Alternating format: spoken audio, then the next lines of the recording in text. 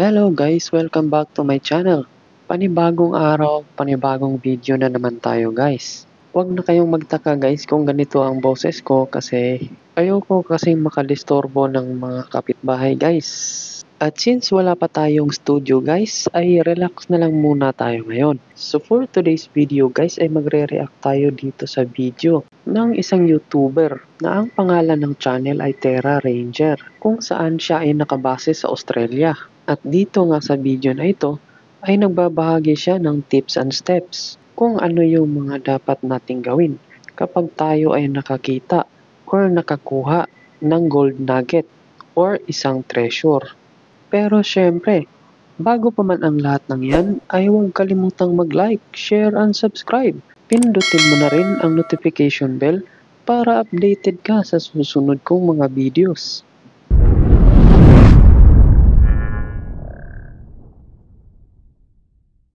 So tara, umpisahan na natin. What to do if you find a big gold nugget? Imagine this, you're out in the bush with your trusty metal detector and it starts screaming. You dig down and there it is. Alam niyo ba guys na ito ay isang pinaka-importanting tanong para sa ating mga metal detectorists at treasure hunters? Bakit ko nasabi yan guys? Dahil ang safety ang ating priority. A massive gold nugget. Your heart is racing, your hands are shaking, your armpits are sweaty, and your mind is just blown and spinning. Yung ibig niyang sabihin guys ay yung patungkol sa adrenaline rush na napifeel natin kung tayo ay nakakakita o nakakakuha ng treasure. Which is very natural guys at very common. Dahil yan yung talagang mararamdaman ng isang tao kapag ito ay na-overexcite. First things first, what do you do next? First things first, if you've found a big gold nugget, congratulations! So ang sabi niya guys, ang pinakauna dapat mong gawin ay i-congratulate yung sarili mo. Fuck yeah, that's what it's all about. Well done, high five all around. But before you start shouting from the mountaintops or calling your best mate or your prospecting buddies, there are a few things you should consider. So sabi niya guys, bago ka pa man mag-celebrate at sumigaw dahil sa saya at tawagin yung mga kasamahan mo, ay may mga bagay kang dapat ikonsidera. Which is totoo naman talaga guys at dapat ay hindi tayo padalos-dalos. Legally, in some places, any gold that you find may belong to the title holder. So sabi niya guys, ay sa ibang lugar daw ay yung nagmamay-ari ng gold na nakuha mo or treasure na nakuha mo ay yung title holder. So siguro yung ibig niyang sabihin doon sa title holder ay yung may-ari ng lupa. Dahil alam naman natin na sa bawat lugar ay meron yang kanya-kanyang treasure hunting law. Which is dapat talaga nating malaman yan as a metal detectorist or a treasure hunter. Kasi magkaiba naman yung permit holder at saka title holder guys. Permit holder is yung mismong treasure hunter.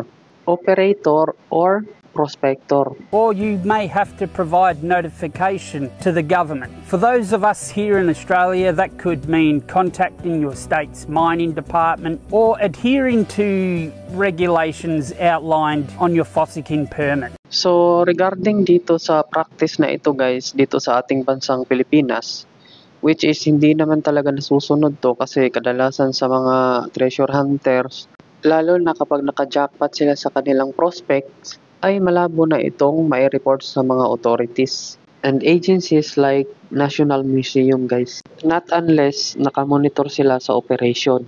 Hindi ko nila lahat guys, pero kadalasan ito nang mangyayari talaga. If you're prospecting on private land, it may mean you have to contact the landowner and share your finds. Ito guys, dapat naman talagang gagawin to ng mga prospectors. Kaso, yung iba nga lang dahil sa greed, ayaw na nilang makipag-usap doon sa mismong may-ari ng lupa. Yung iba pa nga guys ay nagtitrespass lang, hindi nagpapaalam sa mismong may-ari ng property. Which is not good guys, kasi illegal yun.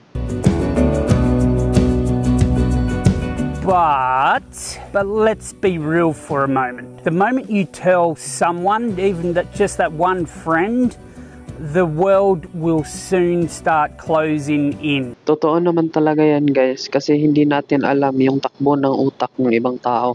Kaibigan mo man yan o hindi guys, ay huwag ka muna masyadong magtiwala. Kasi yung pinag-uusapan dito guys ay treasure, which means may halaga.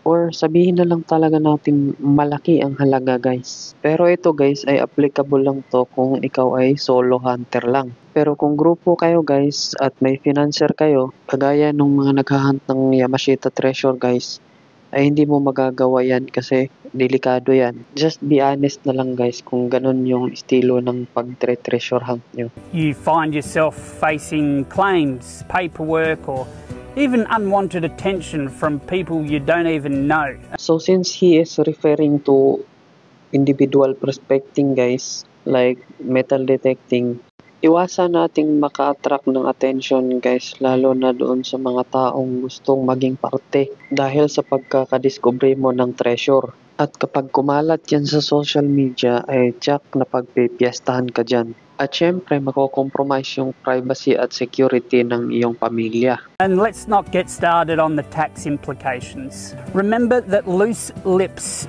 sink ships. Once word gets out, everyone from your second cousin twice removed to some random treasure hunter will want a piece of your discovery. Ito yung pinaka-accurate at pinaka-funny part ng video na ito guys, kasi halos lahat ng taong nakakaalam doon sa mismong nangyari sa'yo guys ay gustong maging parte ng success mo sa treasure hunting. Either kamag-anak, kapitbahay, kaibigan, or kahit na hindi mo kilala guys. So here's my advice.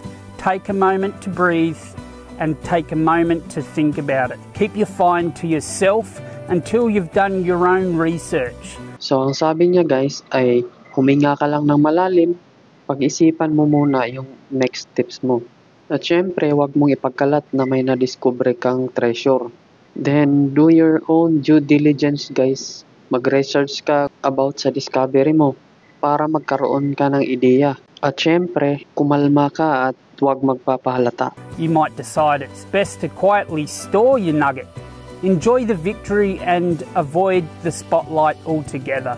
So since ang sinasabi niya guys ay patungkol lamang sa pagka-discover ng gold nugget, so yung atin naman guys ay in general na termino, regardless ng kung ano yung treasure na na-discover mo. If you're unsure about the legalities or if you want to sell your nugget, consult a trusted friend or a trusted person who specializes in gold and minerals. So tama naman yung sinabi niya guys na kung magbebenta ka ng nugget mo or treasure mo, ay dapat na kumonsulta ka doon sa trusted at reliable na may alam about treasure. Lalong-lalo na kapag wala ka talagang ideya. Even consider consulting a lawyer.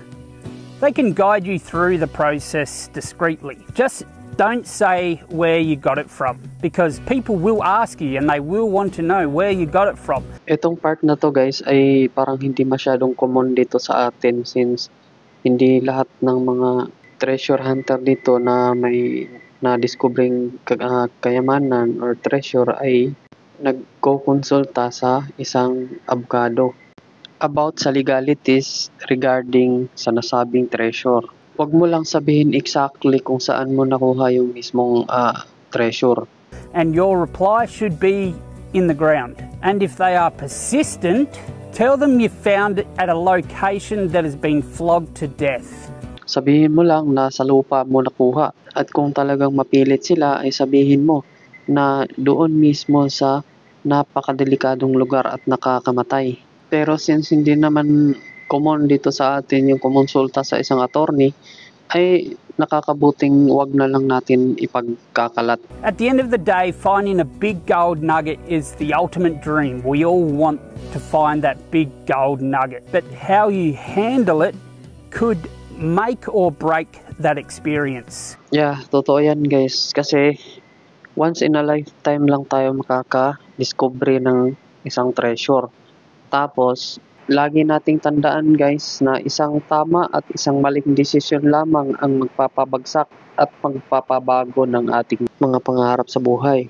Whether you choose to report it or to keep it quiet is up to you. Just be smart about it. So tama naman yung sinabi niya guys na nasa atin lang talaga yun kung i-report natin sa National Museum or sa authorities yung fines natin or isikreto mo na lang.